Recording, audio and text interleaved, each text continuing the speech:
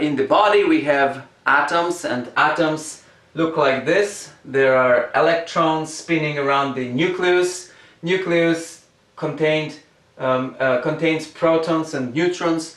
They are just energy, and the electrons, they are just energy. So the whole thing is just energy. Somehow miraculously we perceive it as a body, but actually it's made of pure energy.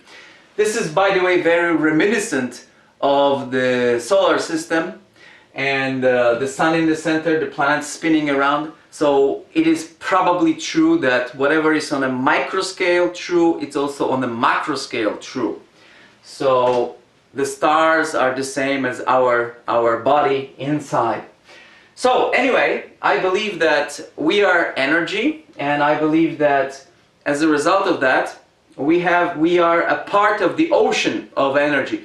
There are energies everywhere. All the creatures are energies, and of course therefore there is no borders between these creatures. We perceive ourselves as separate entities, but we are just one ocean of energy.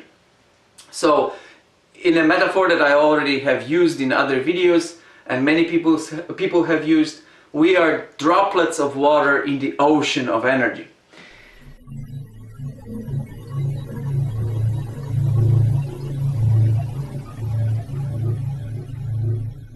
So when we understand that interconnectedness, and when through meditation, as mystics do, we experience God directly, we experience this oneness by meditating and opening our energy to this consciousness at a level of God, then we are experiencing some kind of a great happiness, because we feel that we are not alone, because we can get rid of our negative feelings, for example, jealousy or greed and so on. We don't have to be sad when we lose in a game, because if I am the only consciousness that is there, I'm a part of that consciousness. I am also present in all the other beings, all the other creatures. So I lose in this body, but I win in another body. I should be happy, therefore, for the winning in another body. If I'm watching some Olympic Games, I can experience the joy of the winner by understanding that there's a connectedness and knowing that it's me in another body that is winning this game. So of course I don't have to be jealous of anybody or anything. I can look at people who are happy and feel happiness because of that. So that's a great state of mind.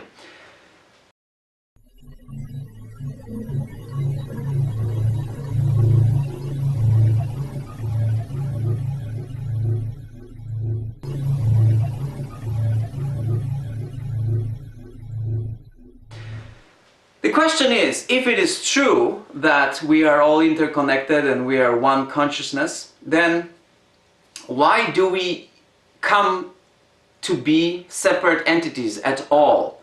Why do we choose to become single individual creatures, beings, droplets of water, and perceive ourselves as separate entities?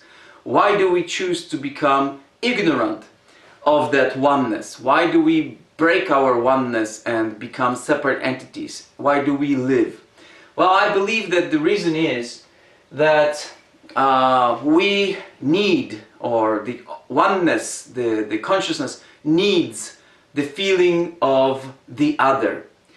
If you are just one, if I am just me, I don't have that feeling of interconnectedness. I don't have that feeling of we, of us. I just have the feeling of me.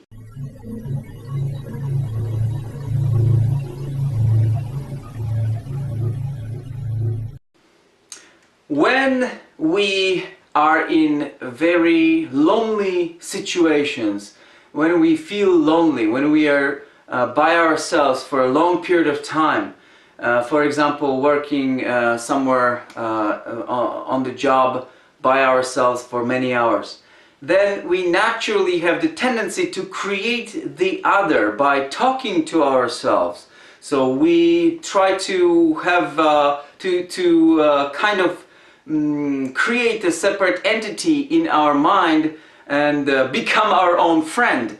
I experienced it myself. I remember working on a job where I was for many hours by myself, and I talked to myself. I tried to cheer myself up. I tried to advise myself about doing things and say, you know, Edward, come on, do your best, because you can do it, whatever.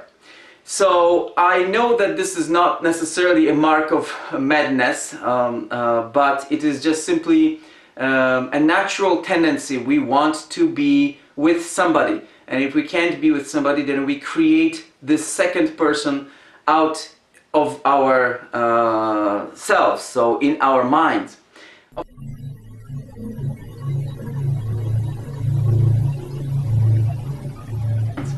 Of course, in severe cases, it can become a problem. Split personality disorder may result from severe traumas, for example, and then we really are not even aware, apparently, of that we create the second personality, the second entity in our minds. But of course, in a normal life, when we just talk to ourselves, we are quite aware that we are talking to ourselves.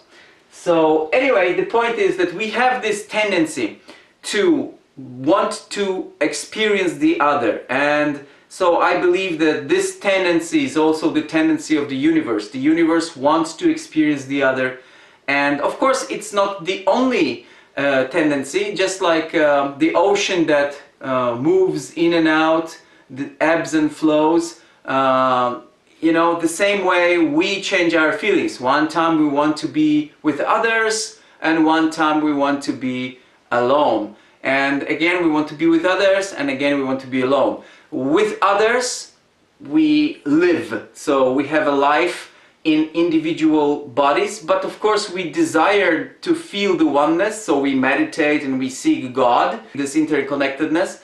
And then perhaps in afterlife we experience this interconnectedness very thoroughly, very deeply, and then again we're born perhaps, and we experience a life in individual beings as separate entities.